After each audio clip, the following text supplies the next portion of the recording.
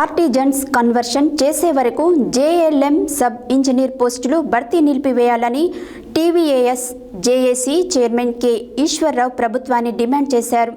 సూర్యాపేట జిల్లా కేంద్రంలోని సిఐటియు భవన్లో ఏర్పాటు చేసిన తెలంగాణ విద్యుత్ ఆర్టిజన్స్ కన్వర్షన్ జీఎస్టీ ఆధ్వర్యంలో ఏర్పాటు చేసిన కార్యక్రమానికి ముఖ్య అతిథులుగా ఆయన పాల్గొని మాట్లాడారు.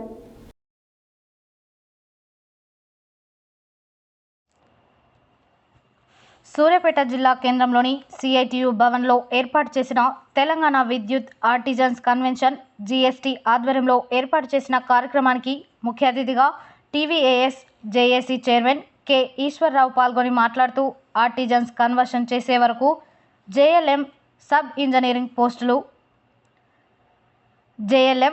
ఇంజనీర్ పోస్టులు భర్తీ నిలిపివేయాలని ప్రభుత్వాన్ని డిమాండ్ చేశారు.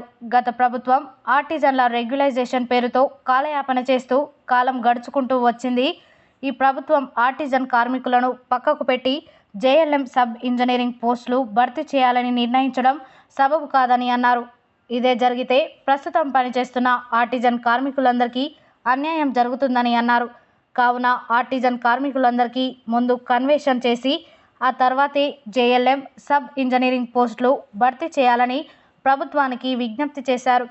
ఇదే విషయమై టీవీఏఎస్ జేఏసీగా ఈ నెల 26వ తారీఖున లంచ్ టైంలో కార్పొరేట్ ఆఫీస్ వద్ద నిరసన తెలియజేస్తున్నట్లు తెలిపారు. ఈ నిరసన కార్యక్రమానికి ఆర్టిజన్స్ అందరూ కలిసి విజయవంతం చేయాల్సిందిగా కోరుతున్నామని అన్నారు. ఈ కార్యక్రమంలో TVAC JAC convener MA Wazir, co chairmans B Shankar, E Narender, CH Ellaiah, co convener G Nagaraju Kumar, V Tirupati, K Venkatanarayana, CH Nageswararao, Jeevan Naik, Mallaiah, Yakanna, A Srisai, Arjun తదితరులు పాల్గొన్నారు. దిక్కుగా ఉంది. మనం ఇప్పుడు కూడా భయపడితే కన్వర్షన్ సాధించే వరకు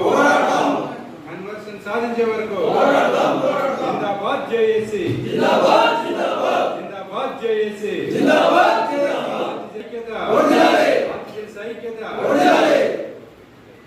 విద్యుత్ సంస్థలలో జెన్కో, ట్రాన్స్కో, డిస్కమ్స్లో పనిచేసేటువంటి ఆర్టిజన్స్ని అందరినీ కూడా సుమారు 23,667 మంది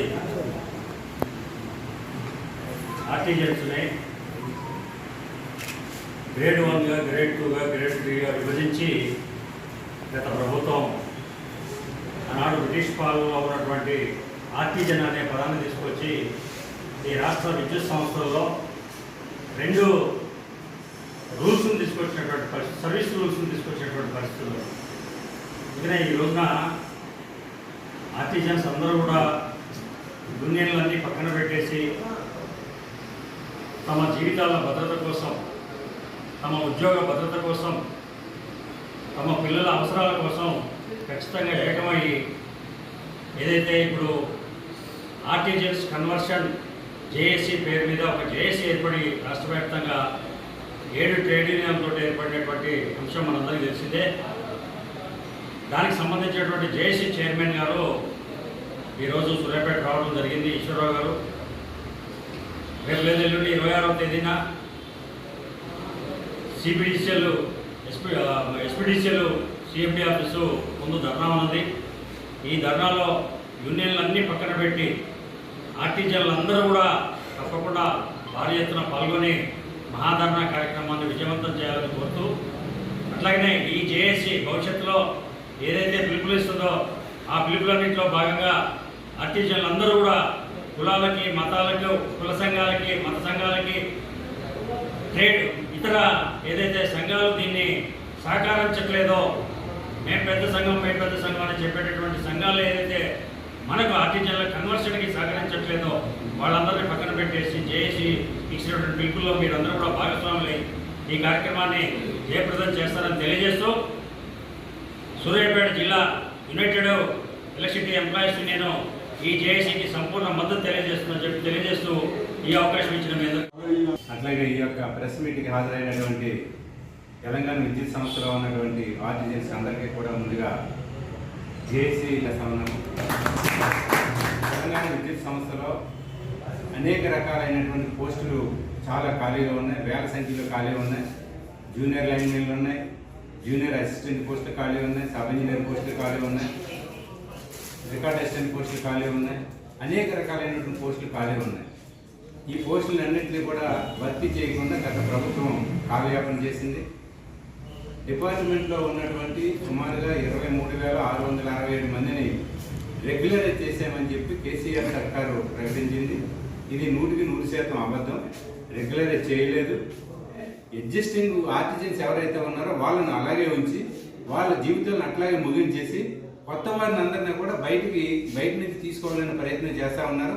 దీనిని మా జాయింట్ యాక్షన్ కమిటీ తీవ్రంగా వ్యతిరేకిస్తూ ఉంది. ఇటువంటి రిక్రూట్మెంట్ కనుక మొదలు పెట్టినట్టయితే ప్రతిఘటిస్తామని కూడా మేము చెప్పదలుచుకున్నాము.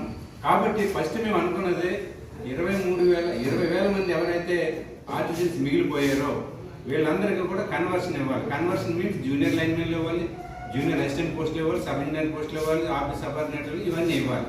ఇవన్నీ ఇవ్వడం కోసం యాజమాన్యం ప్రయత్నం చేయాలి.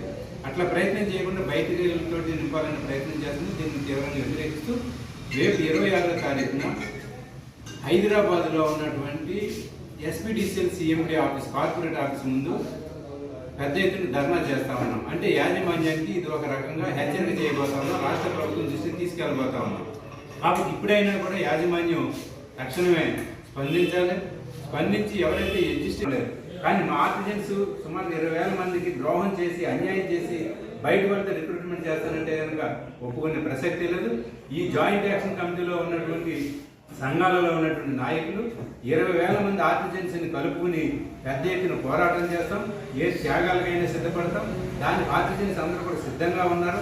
ఎప్పుడు మీరు పిలుపునిస్తే ఆ పిలుపులు మేము ఫుల్ఫిల్ అవుతాము, రేపు భాగస్వాములు అవుతాము, ఏదైనా తేల్చి ఉంటాము. ఈ జీవితాలు, ఈ దుర్భరమైన జీవితాలు, ఈ బానిస బ్రతుకులు మాకు వద్దని చెప్పి ఆర్టిజన్స్ అందరూ ఏకకంఠంతో చేస్తూ ఉన్నారు. నేను కూడా జేఏసీ చైర్మన్గా ఒక రిక్వెస్ట్ చేస్తూ ఉన్నాను. అనేక సంఘాల వెనకాల కార్మికులు ఉన్నారు. సంఘాలను పక్కన పెట్టండి. ఆర్టిజన్స్ యొక్క జీవితాలు బాగు చేయడం కోసం ఈ జేఏసీ ఏర్పడింది. జేఏసీ ఇచ్చినటువంటి పిలుపుల్లో 20,000 మంది ఆర్టిజన్స్ పాల్గొని ఆ రకంగా మన చివరి వరకు మన యొక్క ఉద్యమం యొక్క పరిస్థితిని బట్టి మన అంతిమ లక్ష్యం ఏదైతే కన్వర్షన్ అనుకుంటున్నామో ఆ కన్వర్షన్ సాధించే వరకు పోరాటం చేస్తాం. ఈ పోరాటానికి సంఘాలకు అతీతంగా ఆర్టిజన్స్ అందరూ వేదిక మీదకి వచ్చి ఆ రకంగా సహకరించాలని చెప్పి విజ్ఞప్తి చేస్తూ ధన్యవాదాలు.